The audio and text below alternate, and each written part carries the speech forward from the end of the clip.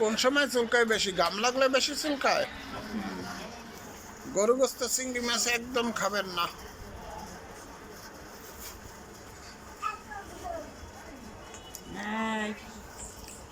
গরু গোস্ত চিংড়ি মাছ একদম খাবেন না।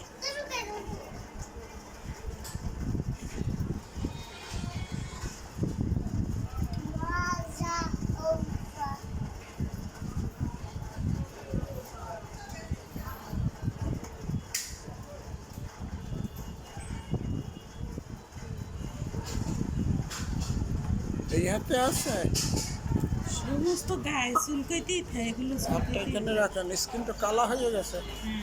চুলকাইতে